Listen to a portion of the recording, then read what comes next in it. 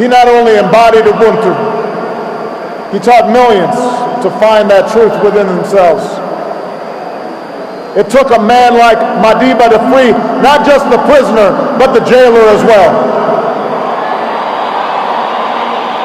To show that you must trust others so that they may trust you.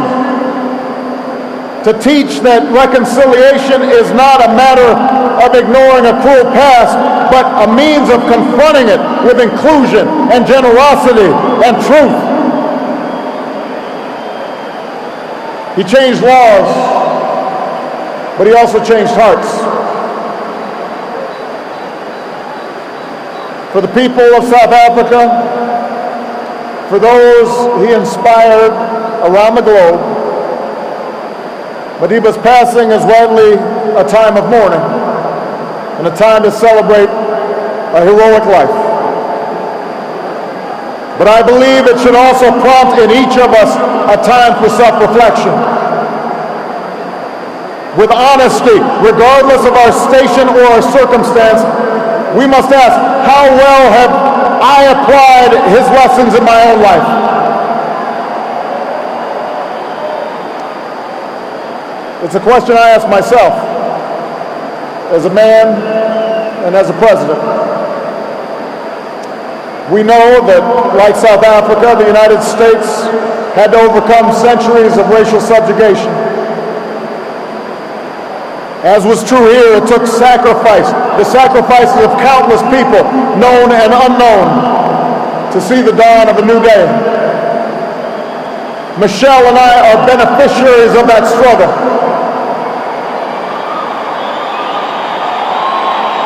But in America and in South Africa and in countries all around the globe, we cannot allow our progress to cloud the fact that our work is not yet done.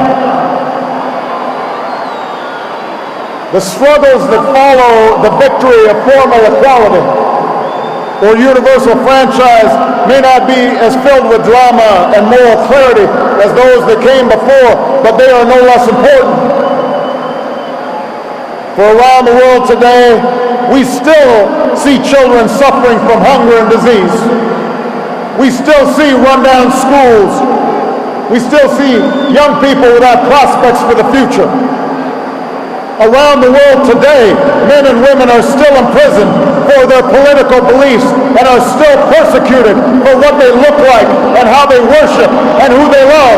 That is happening today.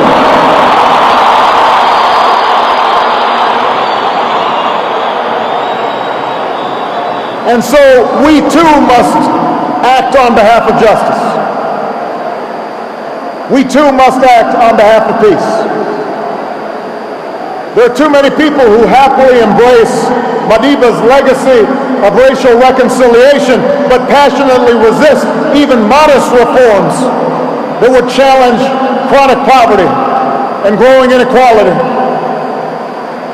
There are too many leaders who claim solidarity with Madiba's struggle for freedom, but do not tolerate dissent from their own people.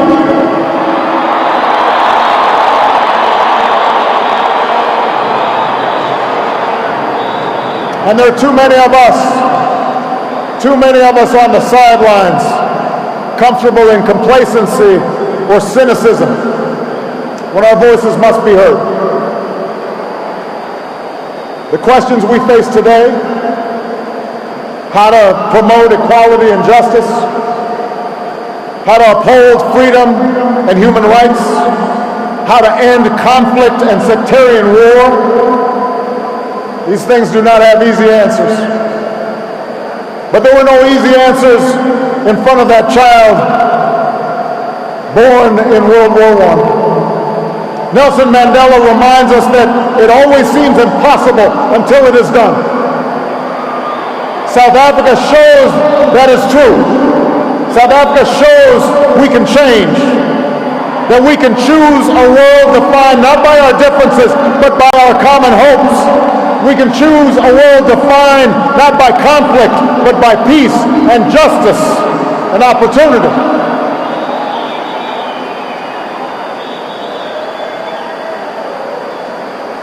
We will never see the likes of Nelson Mandela again. But let me say to the young people of Africa and the young people around the world, you too can make his life work your own. Over 30 years ago, while still a student, I learned of Nelson Mandela and the struggles taking place in this beautiful land. And it stirred something in me. It woke me up to my responsibilities, to others and to myself, and it set me on an improbable journey that finds me here today. And while I will always fall short of Madiba's example, he makes me want to be a better man. He speaks to what's best inside us. After this great liberator is laid to rest, and when we've returned to our cities and villages and rejoined our daily routines, let us search for his strength. Let us search for his largeness of spirit somewhere inside of ourselves. And when the night grows dark, when injustice weighs heavy on our hearts, when our best laid plans seem beyond our reach, let us think of Madiba and the words that brought him comfort within the four walls of his cell. It matters not how straight the gate, how charged the punishment, the scroll. I am the master of my fate. I am the captain of my soul. What a magnificent soul it was. We will miss him deeply. May God bless the memory of Nelson Mandela. May God bless the people of South Africa.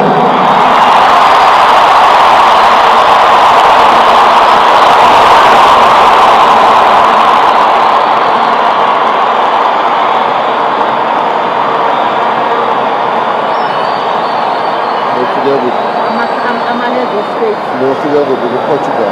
I just did one page, so you do the next page. We'd like to thank President Barack Obama